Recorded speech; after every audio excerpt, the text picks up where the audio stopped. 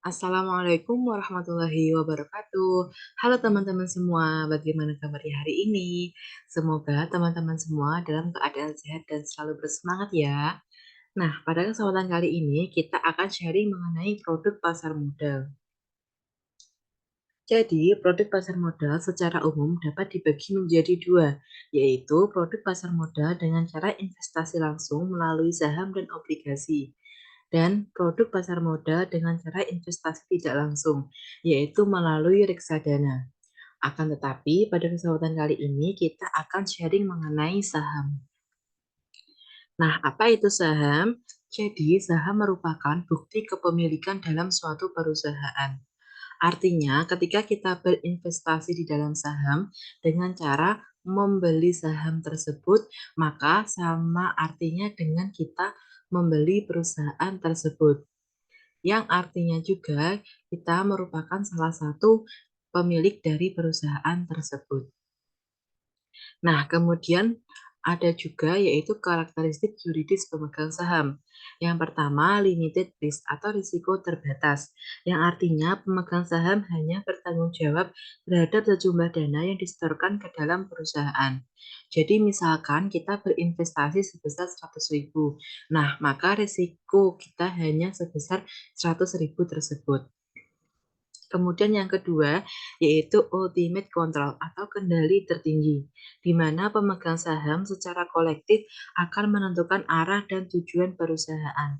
Akan tetapi tidak semua pemegang saham, hanya pemegang saham yang memiliki pengaruh signifikanlah yang dapat menentukan arah dan tujuan perusahaan tersebut. Kemudian yang ketiga yaitu residual claim atau klaim sisa, di mana seorang investor atau pemegang saham sebagai pihak terakhir yang memperoleh pembagian hasil usaha perusahaan atau biasa disebut dengan dividen dan juga sisa aset dalam proses likuidasi perusahaan setelah kreditur. Nah, kemudian ketika kita berinvestasi di dalam saham, otomatis kita mengharapkan adanya keuntungan. Nah, berikut merupakan keuntungan dari investasi saham. Yang pertama yaitu dividen. Dividen merupakan pembagian keuntungan yang diberikan perusahaan dan berasal dari keuntungan yang dihasilkan perusahaan. Nah, dividen ini diberikan setelah mendapat persetujuan dari pemegang saham setelah RUPS, Rapat Umum Pemegang Saham.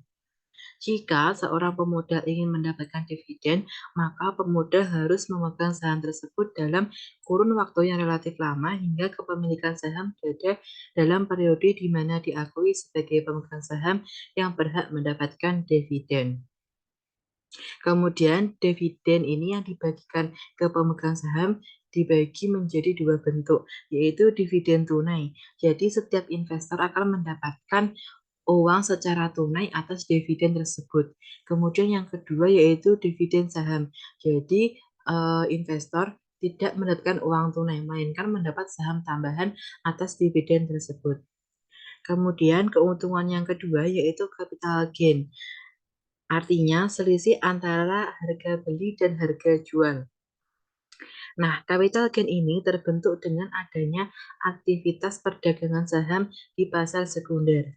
Misalnya, investor membeli saham dengan harga per sahamnya yaitu 3.000, kemudian menjualnya dengan harga 3.500 per lembar.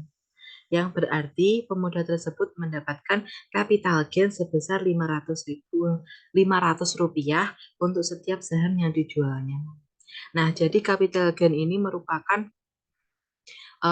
harga jual yang lebih tinggi daripada harga belinya. Nah, setelah keuntungan, tidak menutup kemungkinan apabila kita berinvestasi juga ada risikonya. Yang pertama yaitu capital loss. Capital loss ini merupakan kebalikan dari capital gain, yaitu suatu kondisi di mana investor menjual saham lebih rendah dari harga beli. Misalkan, seorang investor membeli dengan harga 3.000 per saham, kemudian menjualnya seharga 2.500 per saham. Maka seorang investor tersebut rugi sebesar 500 rupiah per saham. Nah, inilah yang disebut dengan capital loss. Kemudian risiko yang kedua yaitu risiko likuidasi. Nah, risiko likuidasi ini terjadi ketika perusahaan dinyatakan bangkrut oleh pengadilan atau perusahaannya dibubarkan. Dalam hal ini, hak klaim dari pemegang saham mendapat prioritas terakhir setelah seluruh kewajiban perusahaan dapat dilunasi.